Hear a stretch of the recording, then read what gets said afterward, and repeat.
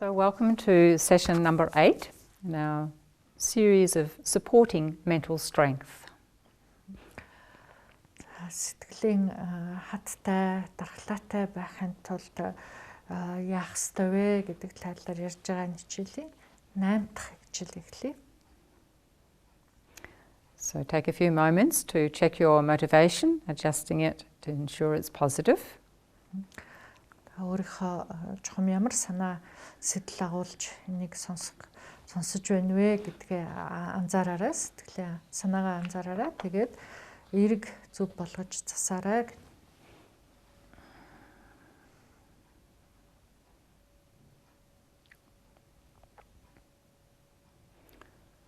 So then in our previous session we talked about the quality of forgiveness. I'm going to continue on in this session with the same theme, a slightly different content and a short meditation. Яг энэ өмнөх хичээл дээр бид нар уучлалж өршөөх тухай ярилцсан. Одоо энэ хичээл дээр түүнийг үргэлжлүүлээд тэгээд бясалгал хийнэ. So actually we say forgiveness is a key that helps us to open our hearts to release the pain and the burdens, the load that we can be carrying from not having dealt with past hurts and harms. За уучлалж өршөөнө гэдэг бол өөрийн сэтгэлд буглаж бөгшөж зангираад байсан тийм ээ, урт удаан хугацаагаар тээж хадгалж явсан тэр бүхнийг арилгаж тийм ээ, сэтгэл санаагаа хөнгөлнө гэсэн үг байна. And again, research shows that by carrying grudges, by carrying unhealed or undealt with pain and hurt, can be like an underlying source of many of our illnesses and states of unwellness. Эрдэмтэн эмчнэр хийсэн судалгааны үр дүнд бас урт удаан хугацаагаар өшөрхөж хонцгонож явах тийм ээ, мартаж өршөөлгүй, уучлалгүй удаанаар сэтгэлдээ хадгалж явах юм бол энэ бүхэн бас л өвчин үүсхийн одоо их усүр болдгоо гэж үздэг байна. So actually it's in the perspective of our own health and of course the health of others that we actually pay attention and take some responsibility to releasing these grudges and actually practicing forgiveness. Өөрийнхөө ч эрүүл мэндийг утсан тийм ээ, өрөөл бусдын эрүүл мэндийг ч бодлоо гэсэн энэ сэтгэлдээ өш хонзон тийм ээ, удаан хугацаагаар хадгалахгүй байх нь тустай юм байна гэдэг ийм дүгнэлт гарч байна. So it's not necessarily an easy thing to do, especially if we've never done it, and it's not something that we can just do like one meditation on one particular incident and then it's finished. Sometimes we have to revisit it many, many times, but gradually it gets lighter, lighter and lighter, and then one day you feel, oh, you've actually been able to let go, and it doesn't mean you forget what happened, but you're no longer feeling the hurt and the pain. Мэдээж нэг юмыг дороол хүмүүм мартаад л өршөөгөөд л уучлах нь гэж байхгүй тийм ээ. Тэгэхээр энэ одоо хийх байгаа бясалгалыг ахид нахин хийх тийм ээ. Зөв талаас нь ахин дахин бодоод авах юм бодвол магадгүй багаар зөөлрсөөр уярсаар тий нэг л мэтгэд нөгөө болсон явдлыг эргээд санахад тэгж их айхтал гомдол цөхрөл тий гонсоох юм уу эсвэл одоо уурлаж хорсох тийм бодол төрөхгүй мартна гэсэн үг биш гэж байгаа тийм ээ. Зүгээр л одоо айхтар гонсож гомдохгүй байна болчихно л гэсэн үг байна.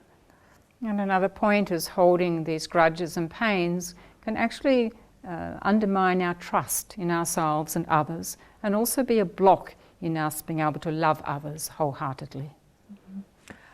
За энэ айхтар үш хонзон гомдлыг агуулж явна гэдэг бол өөрийгөө болоод өрөөл бусдыг жинхнээр асарч хайрлах тэр сэтгэл төрөхөд хаагаад боогдуулаад байдаг байхан тийм ээ. Өөртөө болоод бусдад итгэх найдвар, итгэж найдах тэрийг бас одоо тэр сайхан сэтгэлийн маань хааж боогод байдаг байхан. So when we practice a forgiveness meditation, it can be towards yourself. Maybe there are things that you've done, you've said, that you have never been able to forgive yourself for, or it can be towards a loved one, it can be towards strangers, and of course towards our enemies.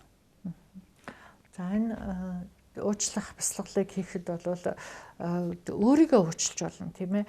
Магадгүй нэг урдын өөрийнхөө хийсэн юм, хэлсэн юм уучлж чадахгүй явдаг байсан, санаад байдаг байсан бол тэрийгээ уучлж болно.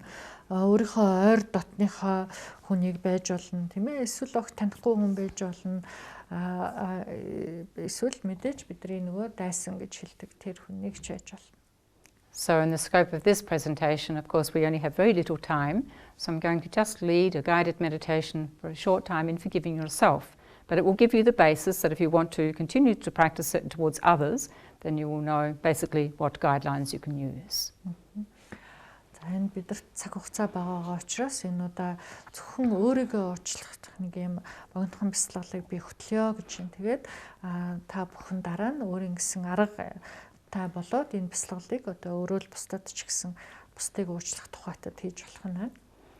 So we'll just begin by allowing yourself to sit quietly in an upright position. За бие зэглээд тогтож суугаарай.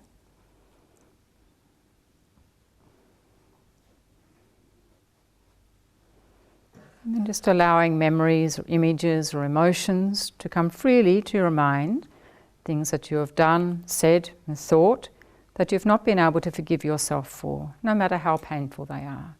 But a word of advice, it's good to start with smaller things first. За өөрийнхөө сэтгэлээс огт гарч өгдөггүй, салж өгдөггүй тийм ээ. Уучлж чаддаггүй тийм өөрийнхөө хийсэн үйлдэл, хэлсэн үг тийм одоо нэг зүйлийг саная гэж нэргээгээ тийм ээ. Тэгэхээр хичнээн өөрт буцаж санахад хэцүү эмзэг байлаа ч гэсэн санахыг хичээгээрээ хэцүү байх юм бол нэг багахан зүйлээ бодвол амар байна гэж.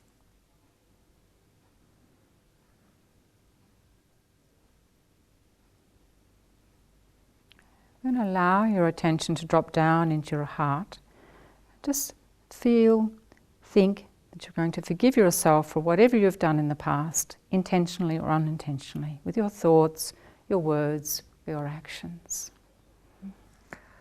Ингээд өөрийн хэлсэн үг, хийсэн үйлдэл санаатай, санаагүй аль нь ч байсан гэсэн тийм ээ. Ямар ч одоо үр дагаврыг авчирсан хэцүү байсан гэсэн үнийгээ би уучлая гэсэн нэг тийм бодлыг төрүүлээрэй. Feel that you've suffered enough, you've learnt from the experience, and you're now ready to forgive yourself, to open your heart to yourself. Өөрийнхөө хэлсэн тэрээс олж би одоо шаналж зовж ханлаа тийм ээ. Энэ одоо энэс би бас сурж мэдж авлаа тийм учраас одоо уучлах цаг болжээ гэсэн тийм бодол төрүүлэх. And then appearing in your heart center is a beautiful lotus bud, the color of sky blue. Ингээд одоо чин сэтгэлээсээ ботхын хамтаар өөрийн зүрхний төв цэжний төв тус газар яг л одоо хөх тэнгэрийн өнгөтэй адилхан тийм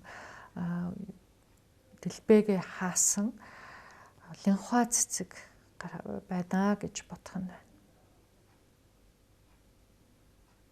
And as you focus on the sky blue lotus bud, it begins to open and light radiates through your entire body to your mind. Тэр линхва цэцгийн дээр төвлөрхийн сэтгэл тогтхын хамтаар линхва цэцэг дэлбэгээ нээгээд нэгтгэхийн хамтаар тэндээс хөх өнгийн гэрэл цацрлаа гэж бодоорой. This light is symbolic of the quality of forgiveness, and it's very powerful and effective. Энэ бүхэл биеийг дүүргэн гэрэлтж байгаа энэ хөх өнгийн гэрэл бол уучлж өршөөх сэтгэлийн хүчийг бэлэгдэж байгаа юм байна гэж энэ маш их хүчтэй цацрлаа гэж бодох нь. And as the light spreads throughout the body, every part of the body transforms into light. Also into your mind. Think that all of the suffering, the pain, the memories of what you've done that you didn't forgive yourself for are dissolving into light. There's nothing material. Ингээд энэ хөх өнгийн хурц тод гэрэл бүхэл биеийг сэтгэл санааг дүүргэн гэрэлтхийн хамтаар өөрийн хэлсэн үг хийсэн үйлдэлийг мартаж чадахгүй тий зовж шаналж үргэлж одоо санагдаад байсан тэр бүхэн ор мөргүй ариллаа гэж бодоорой. Тэгэхээр одоо ямар ч юм биетэй зүйл биш бус учраас тэр гэрлэр юу ч үйлдэлгүй ор мөргүй арилж байна гэж санах нь.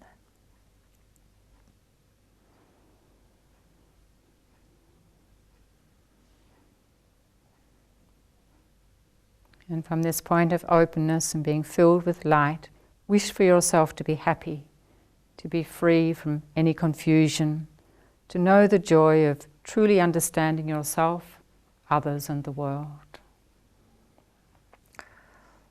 Ингээд энэ гэрэл бүхэл бие сэтгэлийг дүүргэн гэрэлтхийн хамтаар өөртөө амгалантай, жаргалтай байх болоосой гэж өөртөө бүр чин сэтгэлээсээ хүсэх нь байна, тийм ээ.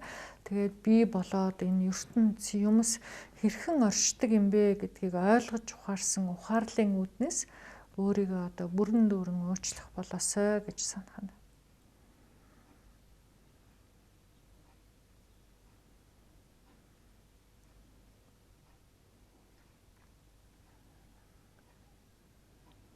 And then we imagine that all of the light flows back into the lotus bud and it closes and remains there in our heart as a seed of forgiveness for whenever we need to use it.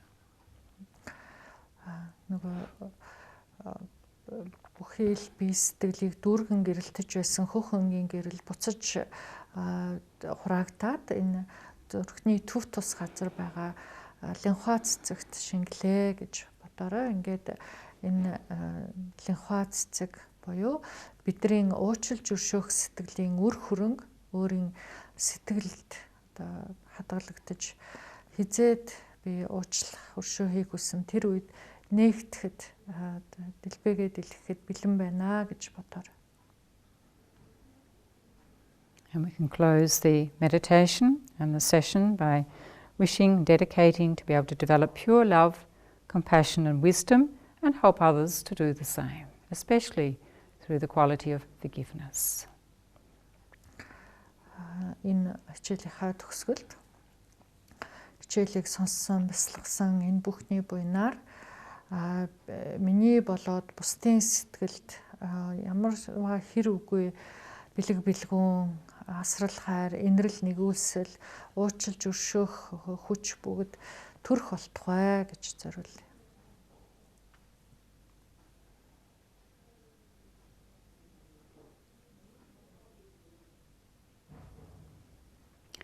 So thank you for joining us in this session, and may I remind you to do your 3 deep breaths and reflect in ways that are important for you about the quality of forgiveness.